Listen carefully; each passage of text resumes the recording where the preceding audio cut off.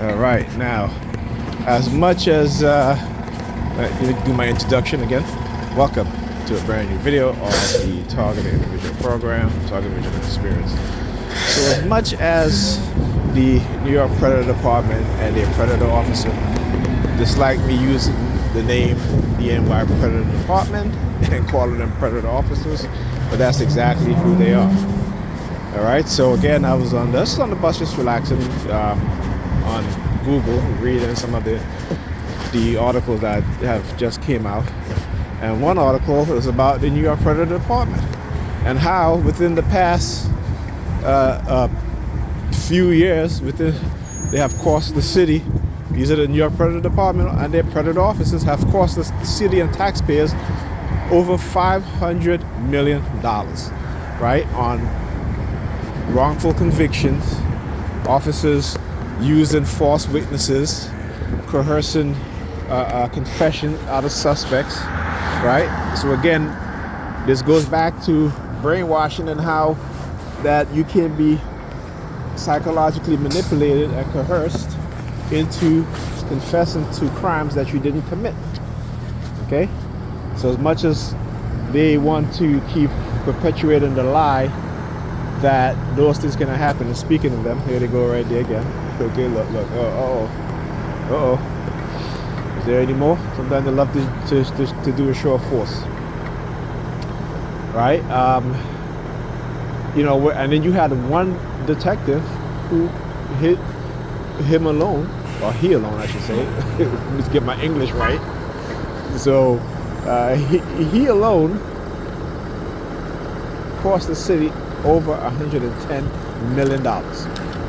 And a lot of these false arrests and false arrest and conviction, a lot of it is from, another one again, like to do a show of force, in the 1990s. Okay? So now let's talk about something that you don't hear people talking about, how these cops frame and set up black men, in particular black and Hispanic men, in particular, how they do these things, right? Where you have, today, even now, they are still, they are still, what do you call it, vacating convictions and releasing people out of jail, black men, majority black men out of prison who were convicted of crimes they didn't commit. Okay? And like I said, we as black people, we bow our heads. While these predators are targeting our children. Here comes coughing, Remember I keep telling you guys, whenever you see the NYPD pass by, New York Predator Department pass by, and they start coming over here coughing and all this stuff, just keep remembering what I keep saying, right? So you guys do get to understand. So I don't have to repeat myself when I'm doing my video and I may not pay attention to some of the things that they do, but you guys can recognize it because I've exposed it. Okay?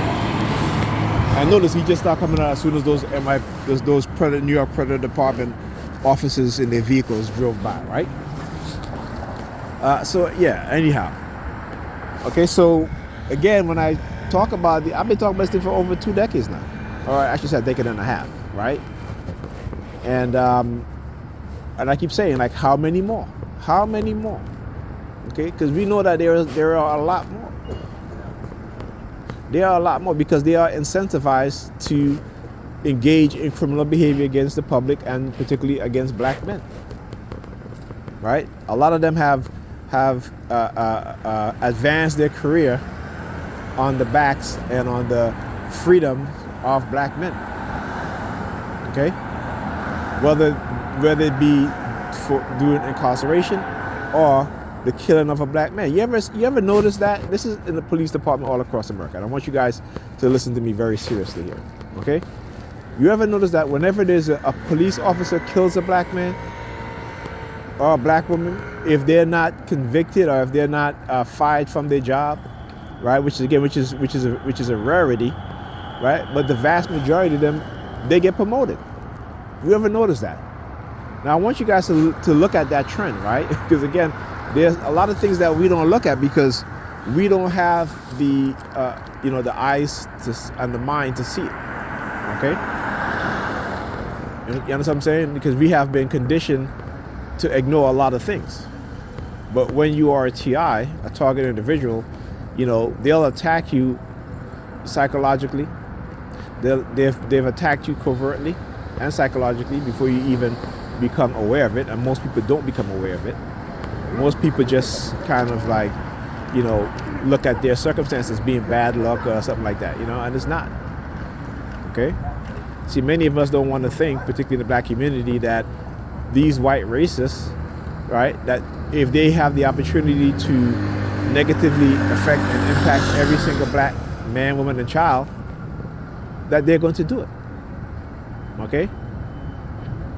They still use us as game sports, right? And part of this program, this target individual program, particularly if you're a black person, is to engage in that sort of abusive behavior towards us, and towards you as a TI, right? So I always say this. I don't want to not recognize that there are other TIs of other groups, other ethnic groups, but I want those other TIs to understand. Yes, you're a TI, and I sympathize with you just like I sympathize with other TIs who are black. But you got to understand that as a black person, and the history in this country in particular of the treatment of black people, that for me it is on I was going to say on another level, but it's really not. I'm just going to say that that black people as a group of people have been targeted individuals before.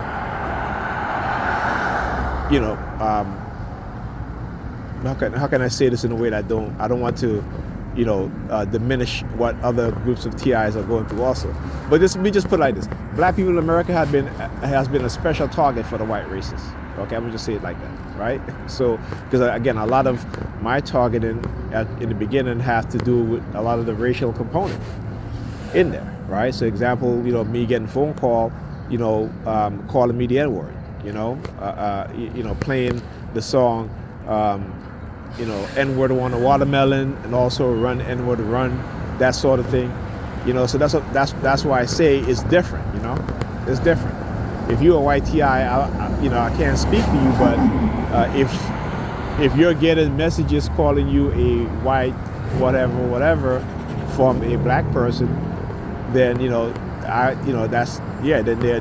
then they're bigoted towards you, right? But it's not racism. You understand?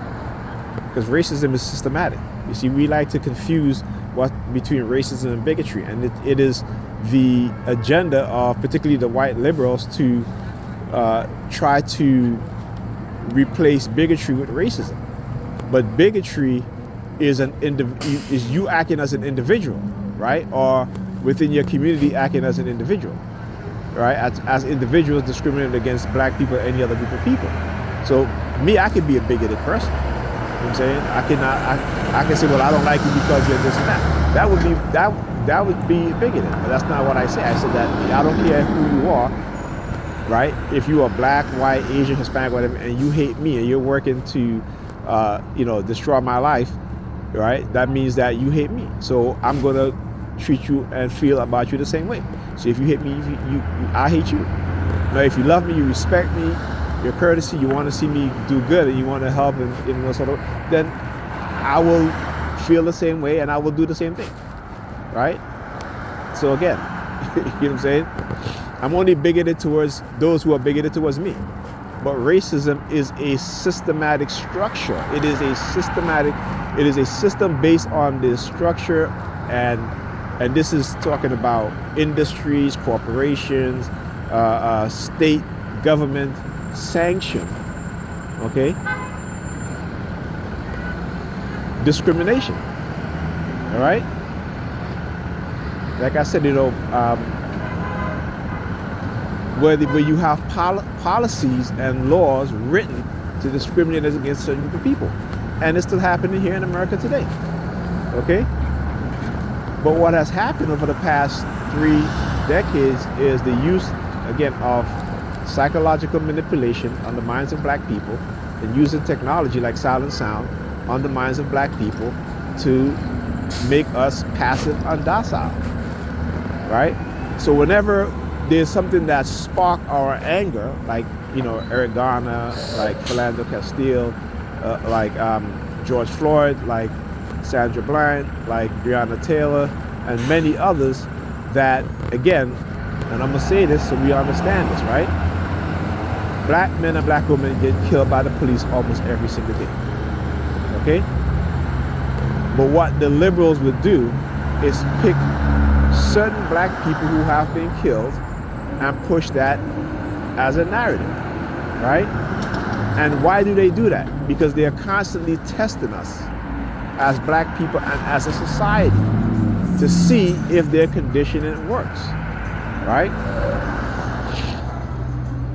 But when you think about it, since the infiltration and I wouldn't say the destruction, but the infiltration and the discrediting of Black Lives Matter movement, the founding members of the Black Lives Matter who have been manipulated, right? But they don't know that. You understand? They don't know that because we have a short-term memory. We forget that any civil rights organization within the United States, they will seek to destroy it. If they cannot infiltrate it and take it over, they will seek to destroy it. Okay? And particularly when you have black women, the use of money and status is something that they use to manipulate them and to get them into doing certain things that just doesn't look good in the eyes of black people and others. So this is why you see black people don't, right now we're at a state where we're, almost heartbroken that any other organization that claims to say, well, we champion the rights of black people are not going to take them seriously. Because what do these groups do, as we see in Black Lives Matter, where they get tens of millions of dollars, $90 million that was donated, right? And they gave nothing to the victim family.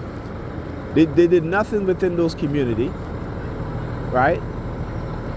And they took that money and they spent it lavishly on themselves and their family members and their friends. So what do you think that does? You know what I'm saying? So we have to understand and we have to be better. We have to be more meticulous, more calculated in how we run these organizations, right? The type of people that we let into these organizations. And I'm gonna say this, no white person should be running an organization for black people to fight against the injustices. They can be part of the organization, but they cannot be the head of those organizations. Okay? Do you understand what I'm saying? And it's not because I don't think white people can, but no, we have to be able to be at the forefront, right? We have to be able to be to see the infiltration, right? Not just from white people, but from also black people who are the coons, who are the Sambos, who have been sent in to destroy those organizations. So if we're not careful and we're not meticulous, and particularly, and again, I'm gonna get a lot of heat for this, but it is my belief that no black woman should be running any sort of civil rights organization. Not because they are unable to, but because of how they're conditioned, okay? And until we have black women who truly understand this, right? Who truly understand how they can be manipulated, right? This is why. Because they put money, status, material things over everything else. And like I talk about with the black women who are, they say that they're the most entrepreneurship in America. Yeah, but they only create a business for themselves. They're not creating a business to employ other people. And those that are doing that are very few. But the vast majority are self-independent business owners, meaning that they work for themselves. Okay? And within the space of 3 to 5 years, the majority of their businesses fail. Right? But it's tough for any business to whether you're a man or woman. But the point is that, like I said, when men start businesses, it is not just to work for themselves and build for themselves, but to also employ other groups of people, other people as well. Anyhow, talk to you guys in the future.